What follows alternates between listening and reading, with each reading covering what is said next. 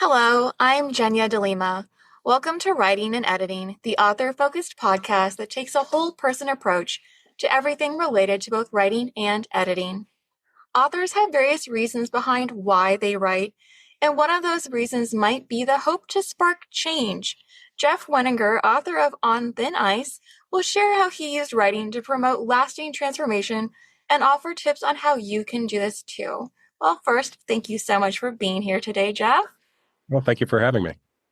Since this is going to be such a central part of our conversation, can you first walk us through your why for why you wrote On Thin Ice?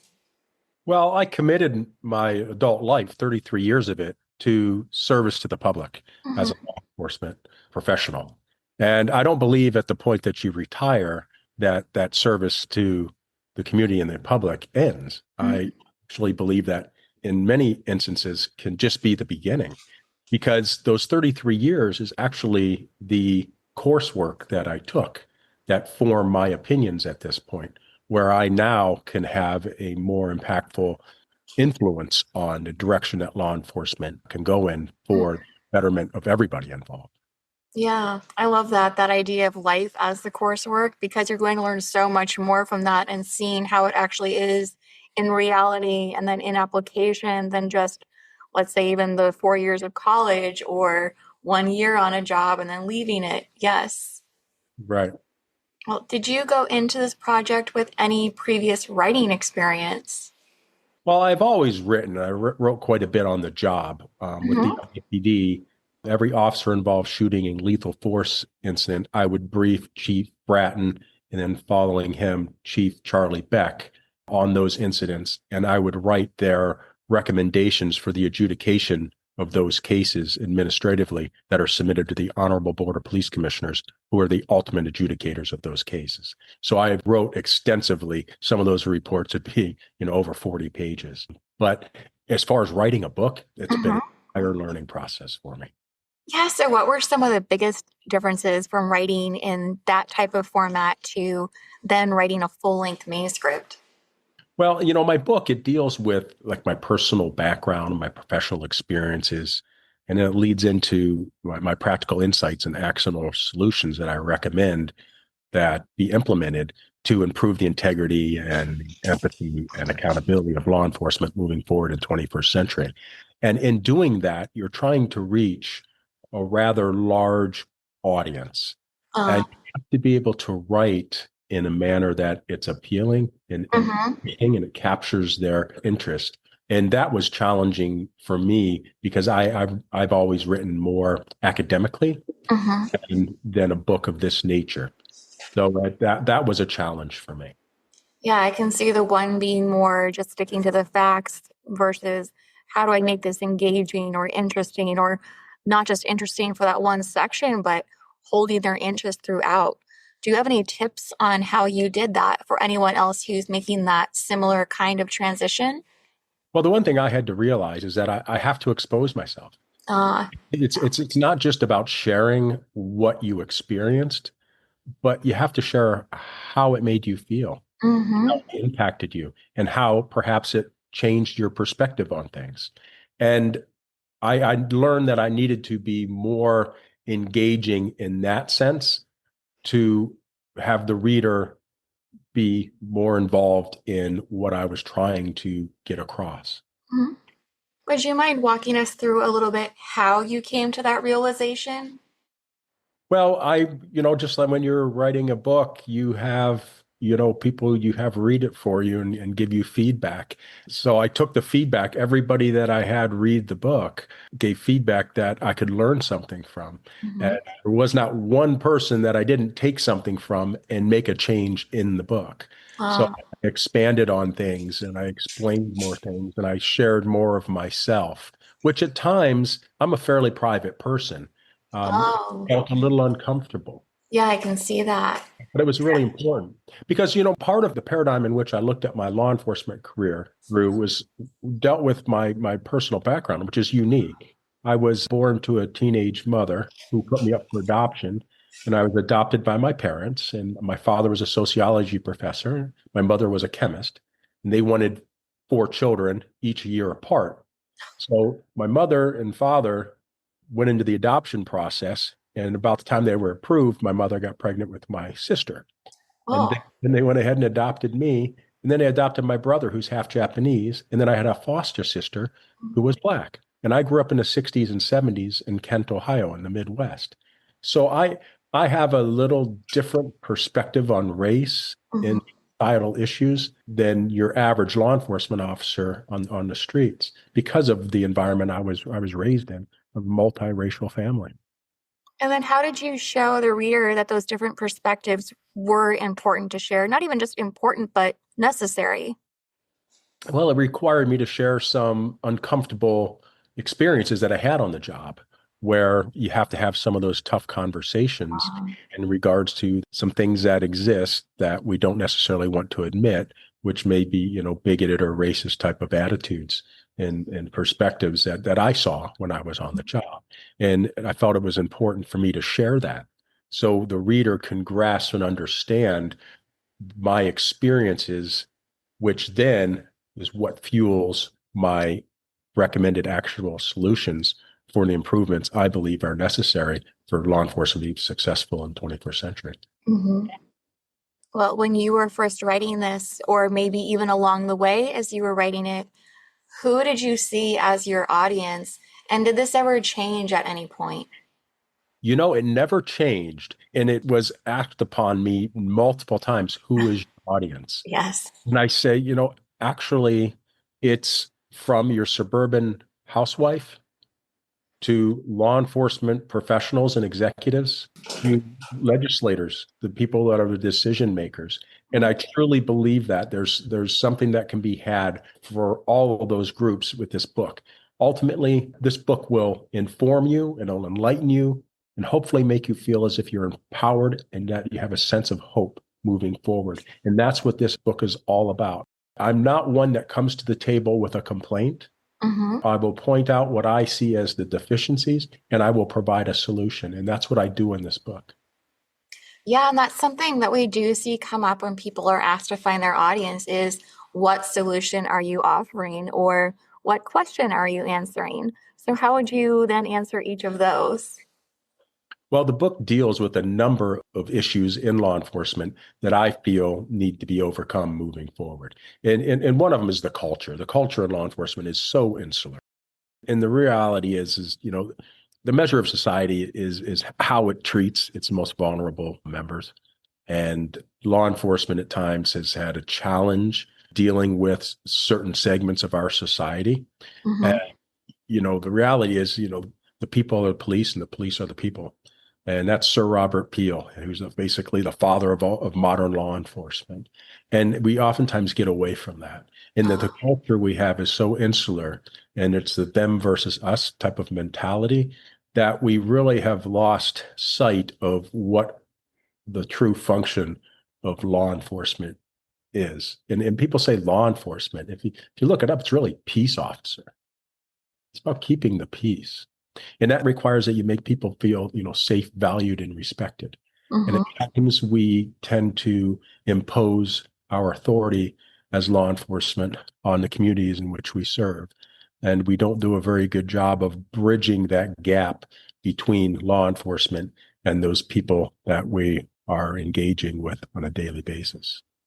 How did all this get wrapped up when you had to do things like writing that back of the book summary so that you made sure that this got across to the reader right away or the potential reader? Well, it just really requires that you focus on these difficult conversations and you acknowledge that and you don't shy away from it. I spoke to a good friend of mine who I've known for over 30 years, and he's a retired chief of police.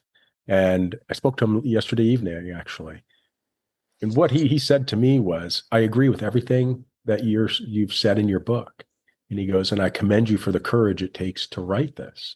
Because I acknowledge that there's going to be a segment of my profession that is going to be unhappy with what I have to say. They're going to see Right. I'm not loyal to law enforcement. And I would say it's quite to the contrary. I bleed blue. I want law enforcement to be successful. I want them to maximize their potential to serve the public and have the most optimal outcomes possible. And that requires that we hold ourselves accountable when we have failures or we have deficiencies in our policies and procedures and practices as law enforcement nationwide. And Mhm. I think that that's very, very important.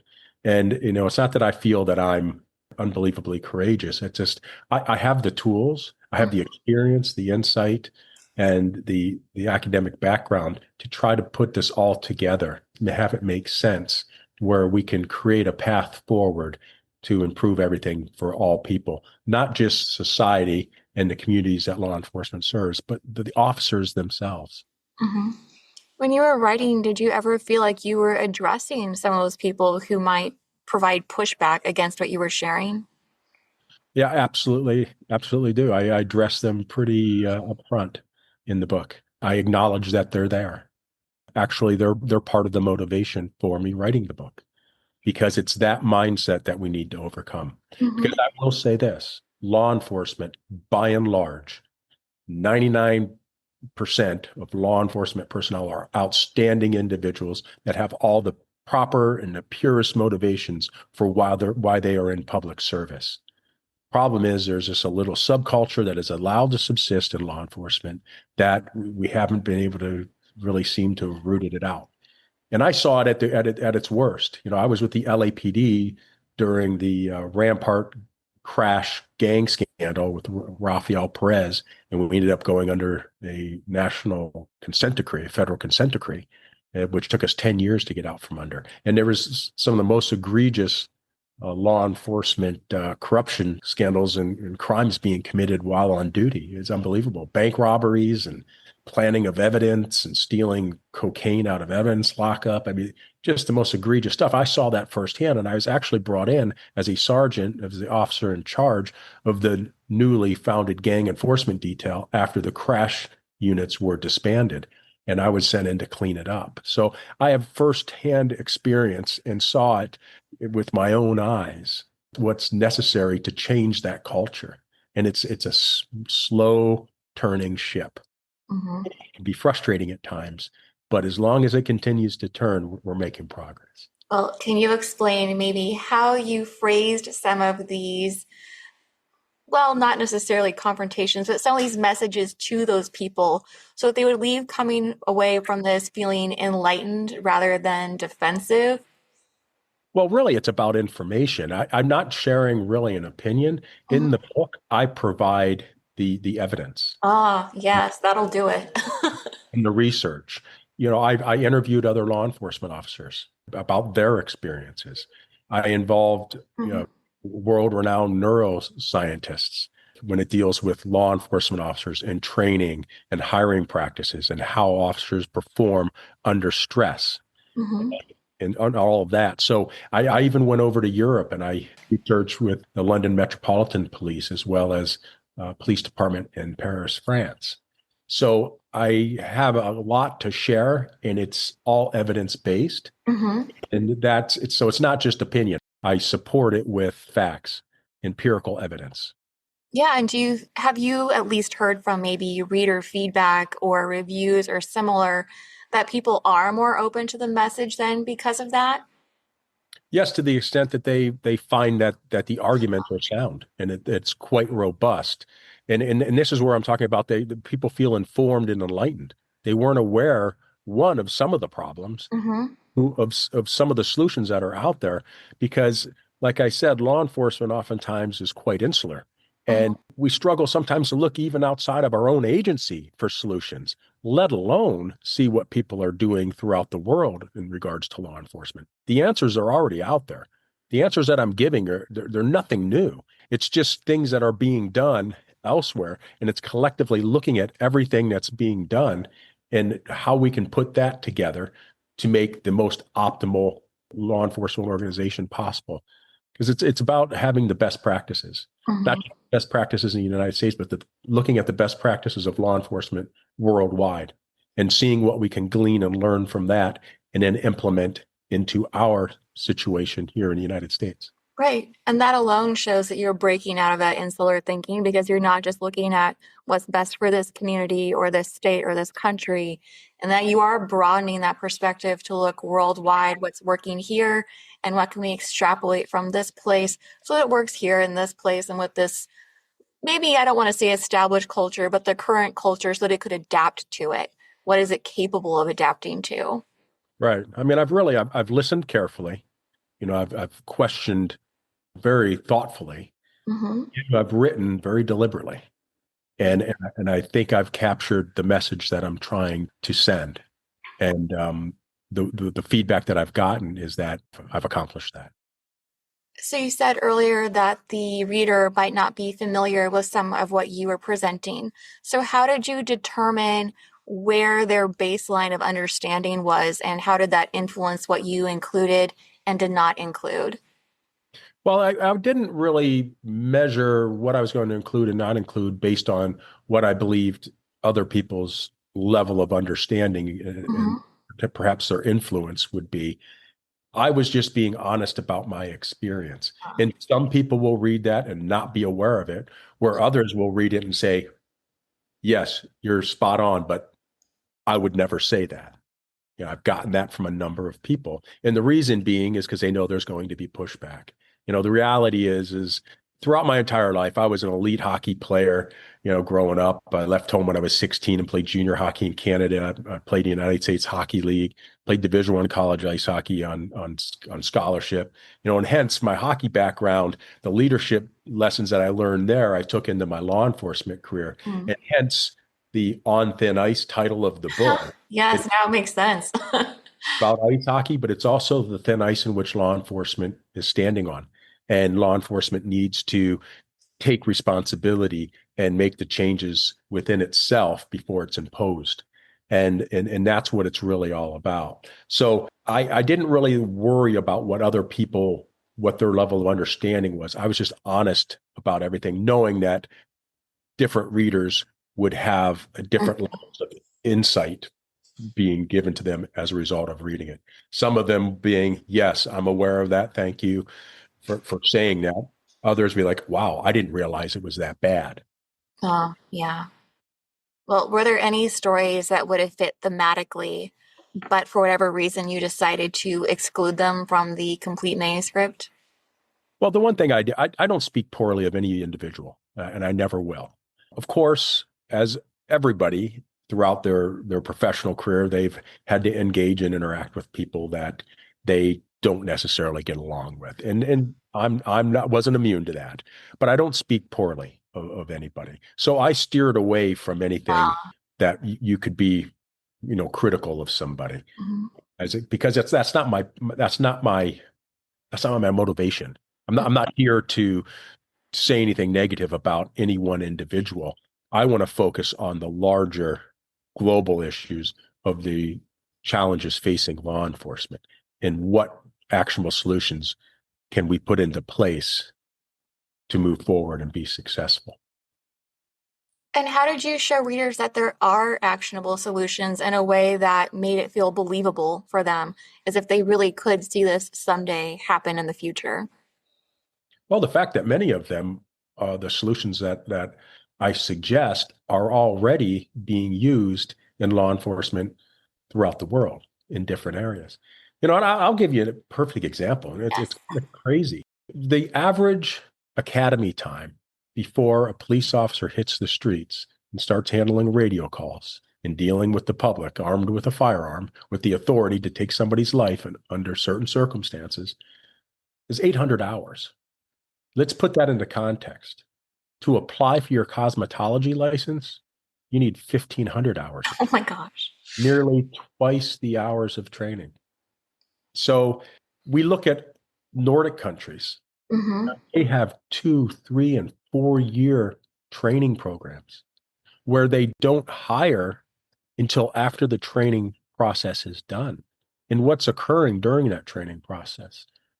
These people are being evaluated. Do they have the characteristics that not anybody would argue would be desirable for a law enforcement officer? someone who has critical thinking, empathy, problem solving? Are they able to take in information and process it and come up with a solution and have a rationale that supports that solution? It's that type of thing that we're looking for. And we don't do that here in the United States. The way we hire here, it's a deselection process. If you haven't committed crime, if your finances are in order, those sorts of things, you have a strong likelihood of perhaps being hired.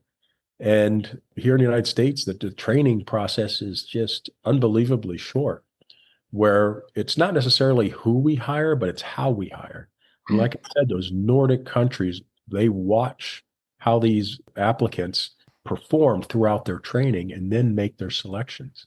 And that's something that we need to think more about. It's not about just filling a void and saying we need an X number of people. We need to hire. We need to be hiring the right people, and we need to be training them properly. And that requires that we train them more extensively.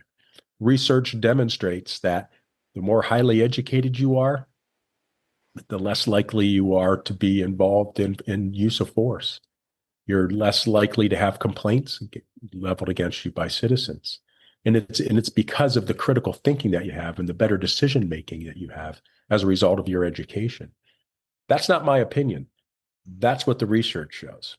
So we need to then therefore have our hiring practices reflect that reality.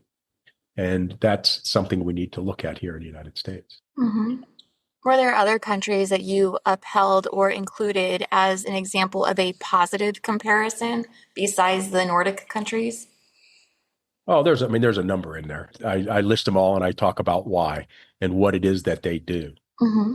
Um, it's the ones that have the best relationship between the communities and law enforcement are those that have a long drawn out training process, and the hiring does not occur until after the training occurs and the candidates are assessed. And you see that in various areas, Mm-hmm. whether it's in Japan or it's in Finland, or that those are the ones that you see the success. And it's interesting, the Nordic countries, they do a survey, and law enforcement is right there near the top every time, never worse than number two in regards to public servants and how they are viewed by the public. That wouldn't be the case here in the United States.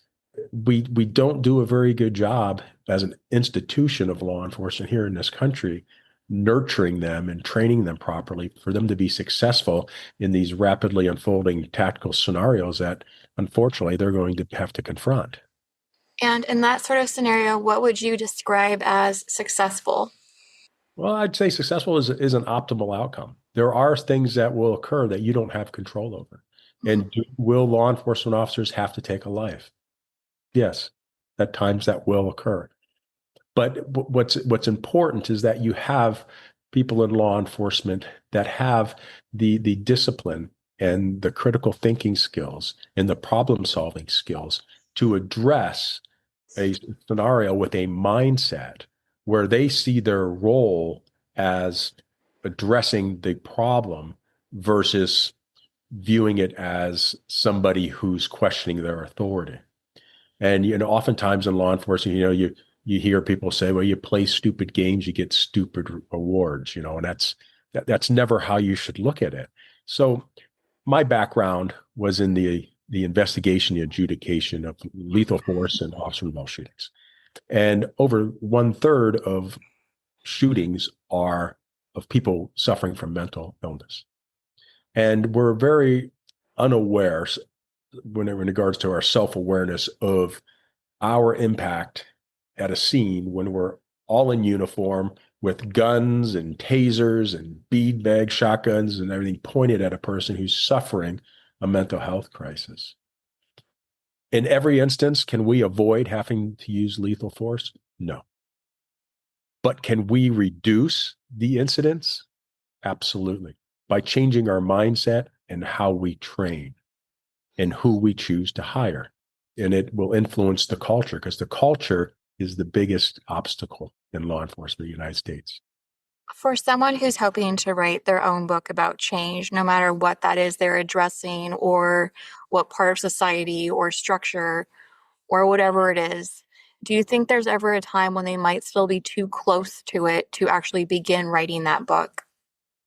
Well, perhaps if you're unable to step back and have a populist type voice Mm-hmm. where you're not dictating to the reader the realities, but you're writing it in a manner in which it's creating the dialogue for conversations, because it's not about being right, it's about getting it right. And that requires that you have as many diverse opinions at the table. Mm-hmm. Everybody shares their perspective, and it's only then that you'll be able to come up with the right solution. And I'm a true believer in that. And that's what I've done with my book. It's about promoting dialogue and a conversation. Have the conversations that are difficult to have. Mm-hmm. I'm not imposing my opinion on people. I'm sharing factual deficiencies that are substantiated and opening it up to dialogue. Because even the actual solutions that I suggest, won't work for every organization. We have to tailor them to fit the specific needs of each organization. Mm-hmm. So we have over 18,000 plus law enforcement agencies in the United States. About 70% of them police communities of 10,000 in population or less. I came from LAPD, so what works for a smaller law enforcement agency may not be what would work for one the size of LAPD. But we can learn from the successes of all law enforcement agencies, not just in this country, but worldwide. Mm-hmm. Well, and finally, what do you most hope that readers take away after they've read On Thin Ice? Well, I think, like I said, that they have a sense that they have some insight, they feel more enlightened, and actually feel empowered and hopeful for the future for law enforcement. Yeah, that's a great message to leave with. Thank you so much for being here. Thank you. And thank you for listening. And be sure to check out the show notes for additional information, including all of Jeff's links and a link to his book. And then please join me next week when author Katie Engelhart will share how she blends Celtic mythology with contemporary themes in her fantasy novels. Thanks again.